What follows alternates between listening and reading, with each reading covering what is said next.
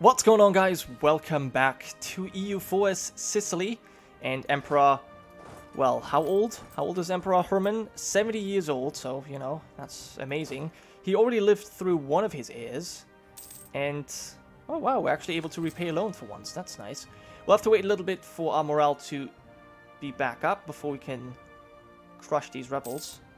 But one thing I've noticed, no one was trying to mess with the Empire anymore. Now that we have stable allies and we've kind of stabilized our own country and even made some gains, no one is trying to attack us anymore. So that's kind of amazing. Either way, we can start annexing our vassal, and that should be... This should be... Oh, I kind of don't know who's being attacked right now, but this should go quickly. They don't have a whole lot of development. So maybe a few years from now, this should be over. Okay, cool. So let's siege away at this, but not pay for our troops. Our cores are coming in. Once that conversion is gone, that's going to be amazing. We have, yeah, plenty more things to convert, actually. That's nice. So we'll have our... That will keep our missionary busy. And it will also give us papal influence, if I'm not mistaken. So it's actually kind of nice to have that. Once our vassal's annexed, which is actually not going as fast as I thought it would be. We will have no more... Yeah, we'll not be over our relationship limit anymore. That's also going to be good. Then we have desires of the flesh. While we have successfully managed to keep the truth from the rest of the court, it is only a question of time until it gets out, unless we do something. The Emperor recently discovered that his wife is having an affair. Not only that, but the other guilty culprit is none other than the advisor, Skiklevold Pippin. The trust we put in him was obviously unfounded. Well, that sucks. Oh, that's our production efficiency guy. Now we know, at least, we can take measures to keep this quiet. This cannot continue. Find out what he wants for his silence. High treason. Have his head for it. We get unrest. Without a sufficient explanation, this act will be seen as tyrannical. We cannot have an adulteress. The papal authority events happens. I think she must go. I think she must go. There we go. As devout Catholics, the only way to end a marriage is to request a special dispensation from the Pope, Gregorius XVI. Under normal circumstances, he would be very unlikely to grant such a request. However, if we can leverage some of our influence over the papal state, the Pope might have no option but to say yes. Okay, expand 25 papal influence. It is not likely enough to sway him. Well, at least we can give it a try. Let's try it and see what happens. I think that didn't work out. So we actually stay married to her? Really? Well, that's kind of annoying. That kind of... I don't know what to say about this. That's actually interesting. Well, what does that mean? Should we not be allied to the Pope anymore? Maybe that's what it means. I feel like that's what it means. Oh, actually, hold on. Ah, there we go. We've received Archbishop Elector Gregorius' reply, and sadly he has refused our request. There will be no annulment of the marriage between our Emperor. God's law cannot be broken. Okay, you know what? I think this means we're kind of pissed off, and we'll break the alliance with the papal state. Here. Yeah. We'll take that action. We're so devoted, you know, a zealot to our religion. We're kind of unhappy that this doesn't work. I don't know. I think, man, you know what? Whatever. But I think it's fine. I don't think we need the papal state as an ally anymore. It's okay. We've got plenty of other friends. And Heraclius is preparing to attack someone. Bulgaria is still fighting Greater Poland. They're not really making any progress there. Poor bastards. I just love how the religion has switched, how you're now Hurufi here. And I love that there's actually apostolic nations. It's so much fun. But yeah, whatever. Is there something we can do to improve the speed at which you're being annexed? Same religion and base. Yeah, okay. Obviously the culture is a problem. And I still haven't really figured out what to do with the culture here. Culture shifting is difficult. It just doesn't really work right now because we need 50%.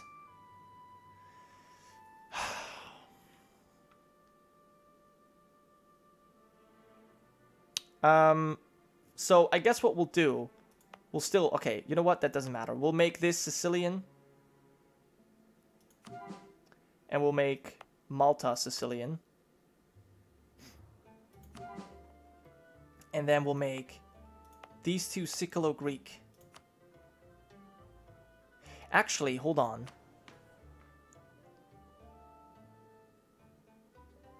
That's, yeah. Let's make that Sicilo-Greek. Because we're going to get a lot more out of this. Except, okay, we don't have enough diplomatic points. But yeah, we'll start the culture conversion. How long does that take? That will take 7 years. But I think it's definitely worth it. And here, yeah, wow. Okay, we're still trying to get this done. Damn, that's really taken a long time to get this conversion. But we're almost done now. And that's going to be good. Holy shit, we've finally done it. Man, that took a long time. Let's make it a core immediately. And let's see what else we can convert now. Okay, this should be going faster. There you go. Awesome. Moravia has courier controller, apparently. Good for them. And I guess that means we have not yet... Oh no, we do have some influence. Okay, sure. Yeah, we'll keep the rest of our points stored up. And we do need a new advisor, because this guy now died. So we can go with tax, unrest, or inflation. What's our inflation? Phew, wow, that's actually not even enough. We still have a lot of... I could go for another inflation reduction, but I think tax might even help us a lot more. Let's go with the tax guy. What's our tax right now? 12.4. So next month, that should go up. Yeah, he's basically paying for himself. Not entirely, but sort of. Close. Okay, and more Tunisian separatists, man. Wow. This region is just so unstable. Once this reaches 90%, we should definitely start paying our troops more. Okay, let's start the spy network construction here in Tuscany. Tuscany, ooh, is preparing to attack Provence. Provence doesn't have any allies, right? Oh, the Papal State. Interesting, interesting. Okay. Yeah, I wouldn't mind. I would not mind at all if they were to do this. Okay, we can purchase a new ability. Although, I mean, that's 5 months that we're going to be able to utilize it. So let's go with Feudal de jure law. Reducing unrest. Why not? But let's see which kind of states we can even make more useful. Oh, it's only Jerba. Well, that will be better once we've annexed our vassal. So let's do that immediately. Make it a core. And yeah, where's the unrest the highest?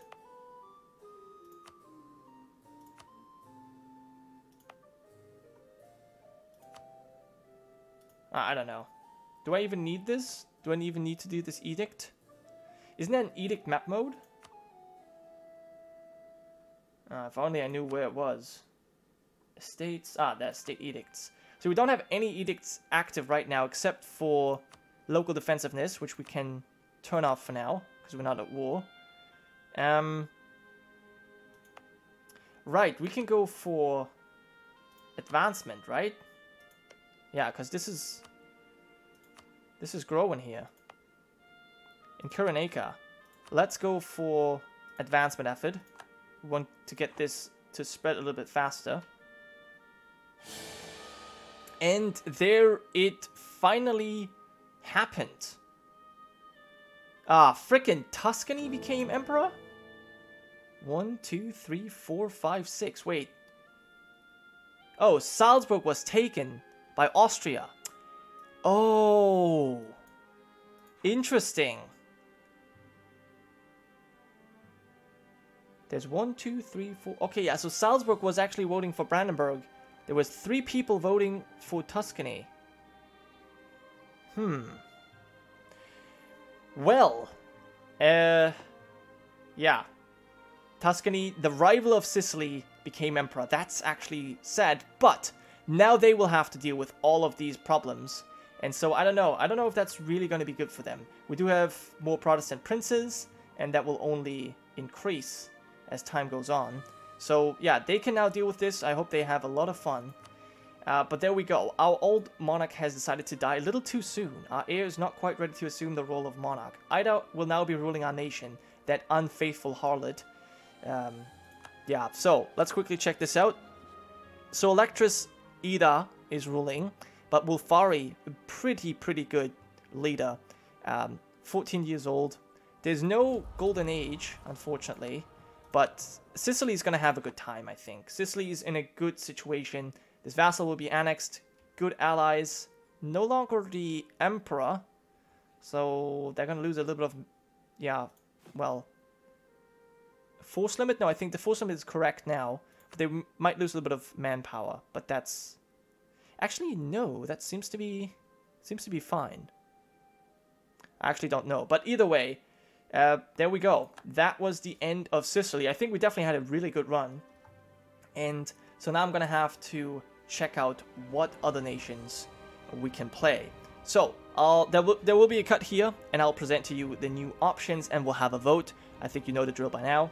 And so yeah, I'll see you in a second. So for today's vote, there are 6 nations I would like to introduce to you. Only one of which is actually based in Europe. That's the one we'll start with, Norway. Now, since the last vote, the political landscape in Scandinavia has changed drastically. We had actually Denmark as a possible option, a possible candidate, but ever since Denmark has fallen, and Sweden, the second strongest power in this region, has completely vanished, and these 2 nations have been replaced by Norway and Finland. Now, Norway is interesting in particular, so let's have a quick look at their king here. King Arvind II of the Halmahiti dynasty, 23 years old, a great administrator, and a free thinker. So unbound by strict doctrines, our ruler encourages everyone to try new things and reason freely about where to take our great country in the future. Now, I'm reading this out because if you guys decide to play, or if you guys decide for Norway, if you vote for them, there's one great thing I would like to do with them. I would like to convert from Catholicism to Protestantism, as happened historically, and that is one thing I just kind of want to do. I think it's cool. We would get a center of Reformation, because right now there's only 2 in Germany. So we would have one here, and we could kind of try and convert all of Scandinavia.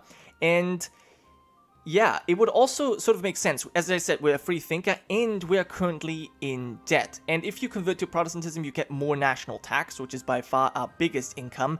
And you also get a starting amount of cash, something close to 300 gold. And that would help a lot with repaying our loans. So this is something I would definitely like to do as King Arwind of Norway. Now, in addition, let's have a quick look at the diplomatic situation.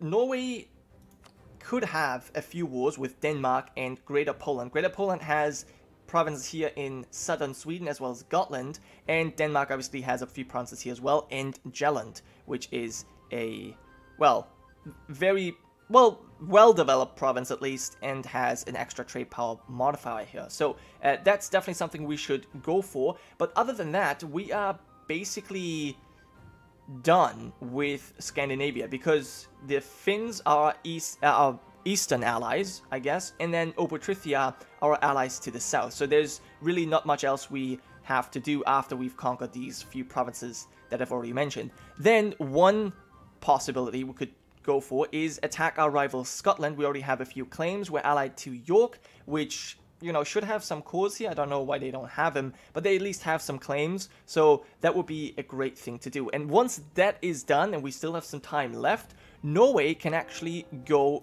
colonize. We have a colonist right now, and interestingly, not from picking the exploration ideas. No, this is from our national ideas. So we can recruit explorers and conquistadors just like that, and we have a colonist. And as a matter of fact, we actually have a explorer already. We could use that and explore you know, Greenland and start colonizing there, and then from there hop on to North America. That would be kind of my plan. So we're going to go Protestant, we'll have a few wars to consolidate our power, maybe even attack Scotland, and then we'll go colonizing.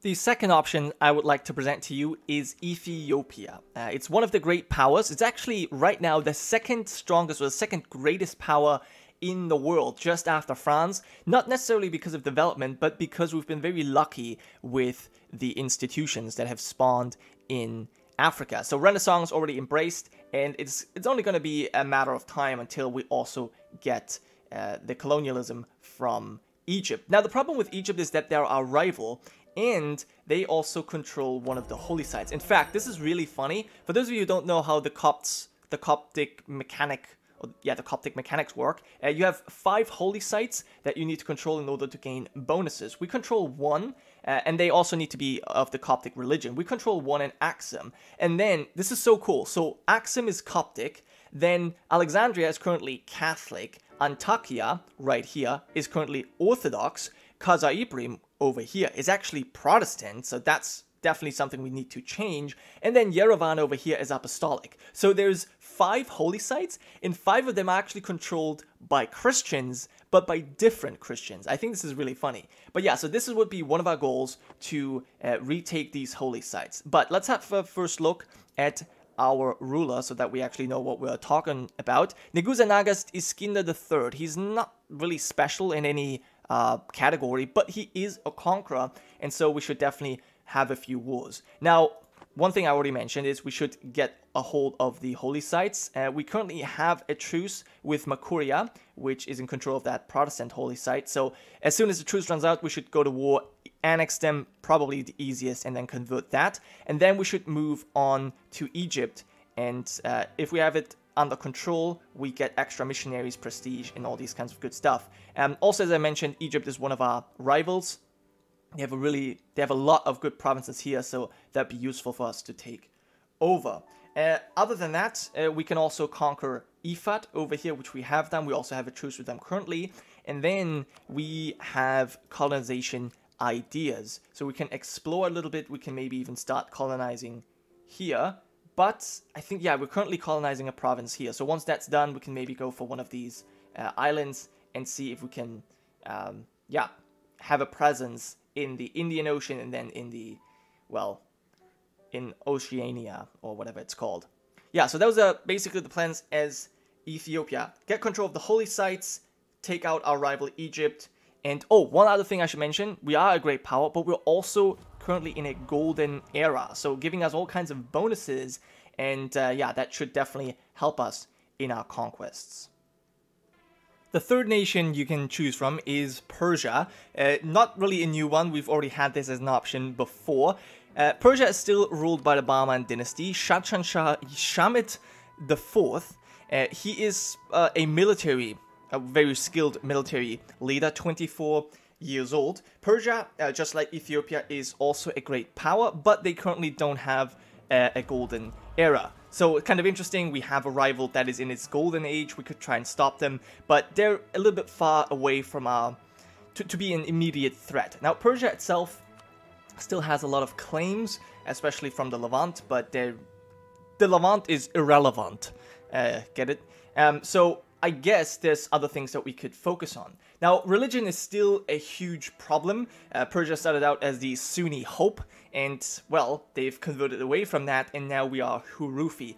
Nonetheless, religion is a huge problem, something that we definitely need to focus on, and maybe that could be one of our goals. However, there's something else that is kind of interesting. First of all, as a Muslim, we have new...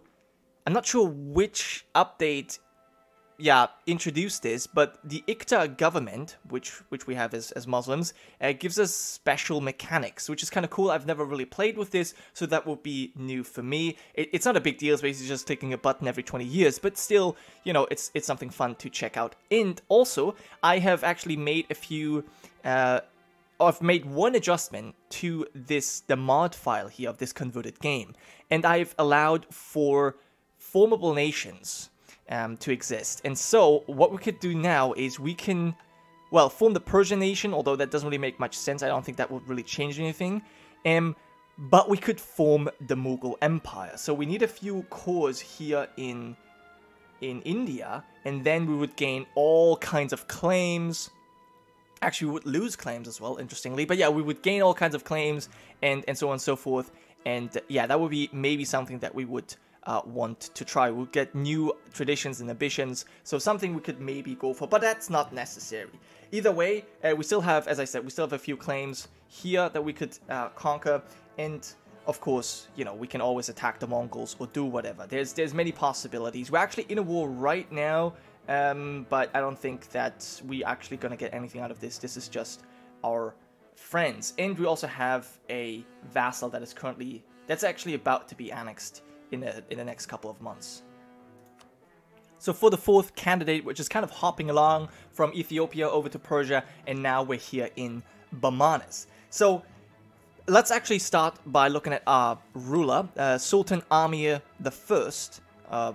He is 15 years old, so very, very young, a great diplomat and a decent administrator, but very terrible in terms of, well, military skill. He's well connected, so, you know, that's kind of nice. And we are actually in a war right now against one of our rivals, Vijayanagar, or yeah, whatever, down here. We have tons of claims that would obviously try and take over. And interestingly, our other two rivals, Jaunpur and Bengal, are currently in a war against each other. So they're kind of busy. So if we take out Vijayanagar here, we could, yeah, establish ourselves as the dominant force in India. And yeah, perhaps even try and unite as much of the continent as possible in one lifetime. But there's certainly many possibilities. Now, we have an interesting religious situation because Bahmani is actually Shia, whereas most of our population is Hindu. So we could just stay Shia, and once again, I think we might actually also have the Iqta government here. So we could, you know, just like in Persia, kind of check out what this is all about. Or, you know, we could stay Shia, or we could decide to convert to Sikhism. This is a new religion that has already spread in a few provinces, as you can see here. And yeah, it gives new, I don't know, I've never played as a Sikh nation. I can't even say what it does. But, you know, it does give a few bonuses here. It gives morale of armies and military technology cost reduction. So it's kind of better than Shia because Shia only gives 5% morale of armies. So maybe that's something we should do. Maybe not. That's a decision I will leave up to you, but it could be interesting. And also interesting could be to form Hindustan. Although I think we should only form Hindustan if we actually convert to Sikhism. Otherwise, being Shia and forming Hindustan is kind of strange, but we could still, you know, try and do that. But we do need quite a lot of cores for that. Those are just possibilities. I don't think we have to do any of this, but it's just something I would like to mention. As I said, we're currently in a war, and we do have other claims as well that we could go for, so that's certainly possible. And we also have exploration ideas, and we have already set up a colony here, and we could, you know, kind of further go down this route and establish ourselves in the Spice Islands and get more control there as well. That's all possible. Your fifth option, and the last nation in the old world, is Hosokawa. So we already had one daimyo option in a previous vote, and I'm not sure, was it Hosokawa? No, I don't think so. I think it was a different one. Although, maybe. I'm actually entirely unsure, but it doesn't really matter. I think it was Usegi. Regardless of this, Japan has also changed significantly since that last vote. So instead of having several daimyos, there's basically just the Ashikaga shogun and then the Hosokawa here in the south. And we are currently the vassal daimyo, and we're currently the vassal daimyo here, but our liberty desire is at 100%, and we could easily declare war on the Ashikaga here and, well, become emperor ourselves. So, the problem is, even though I think we are more powerful, it's going to be a struggle. This is even more difficult, made by the fact that Ming is allied to the Ashikaga. So this will be a war that we need to prepare, and that we need to really think through before we actually declare. We really need to be ready for this fight.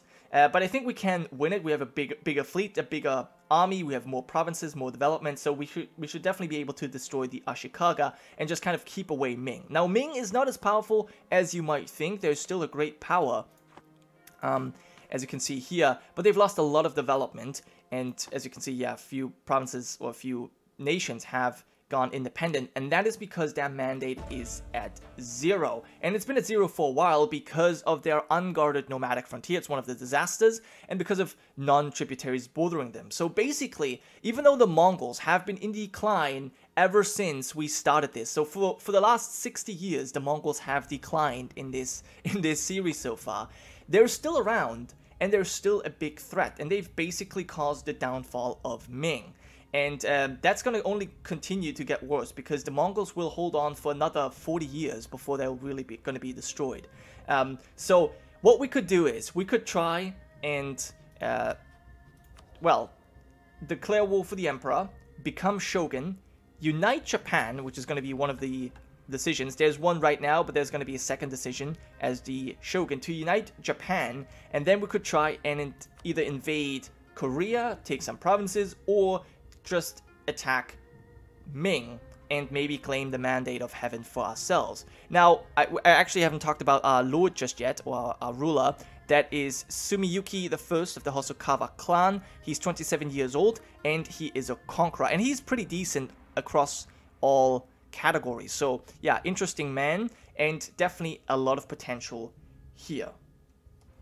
And last but not least, we have Cusco. So let's first talk about our rulers, the oldest. He's 30 years old, Apu Inca Roca II of the Hanan dynasty, but I don't think that really matters. He's a great militarist and a decent administrator, an embezzler, and a tactical genius. Now, Cusco is also one of the nations that, well, benefits from the little change I made to the mod, because we now have the decision to form the Empire of the Incas. And interestingly, we only need 2 more provinces for this to work out. One of which, Puno, is actually our core. So, well, actually, no, it's not our core, but it's our claim. But either way, you know, one war, and we could, yeah, you know, we could have that under control. Now, the problem we have as Cusco is that we have a very diplomatic, well, very difficult diplomatic situation. There you go. So not only do we have separatist rebels right now, but also we have a huge alliance block against us. So Charka to the south, which is very powerful, is allied with Cajamarca and Chimu to the north. So, yeah, that leaves us with not really much options to attack anyone, because these 3 together are more powerful than we are. So we have to think about something, yeah, out of the box in order to, well, defeat them. But if we are successful, as I said, it's only 2 wars that it takes, and we could form the Inca, and that would just be kind of amazing. It would give us all kinds of claims, better ideas, and so on and so forth. Additionally, something I find very interesting is that we have the Inti religion, and that has the possibility to be reformed. I've never really played in the New World, so this would be new to me, just like playing as a Sikh nation or, yeah, playing as a Hurufi nation, whatever. So that would be kind of interesting. We're at 91 authorities, so we're actually very close to our first reform here. That could give us a nice motivation, and then we could maybe go for a second reform or whatever. But that would be a really nice goal. The only thing, obviously, is that there's nothing else other than forming the Inca. So, you know, we're not... I don't know if we're even going to find any Europeans in that time. Likely not. We're likely only going to see this part of the map and nothing more. But it could be interesting as well, because we would really not know what is going on in the world. So, I don't know. Maybe that's something that you guys like. So those are the 6 nations that you guys can choose from. You'll find the link to the vote in the description. And there's actually going to be 2 votes. First, obviously, going to be for your nation. Please only choose one. And the second vote will be about the format. Because so far, we have always played as 2 rulers. We've played as 2 Carling rulers in France, Augusto and Gilbert. And we've played as 2 Sicilian rulers. Well, yeah, in Sicily, because the first one died so quickly. So, technically, I only want to play as 1 ruler, but we could kind of just say, all right, it's a tradition. We've so far always played as 2 rulers. We could continue this. So let me know, should I play as 1 ruler or should we play as 2 rulers every single time before we switch? Very easy decision. I really don't care. I think both could be interesting. Just let me know. So that was it for today's episode. Thank you guys so much for watching, and I'll see you next time.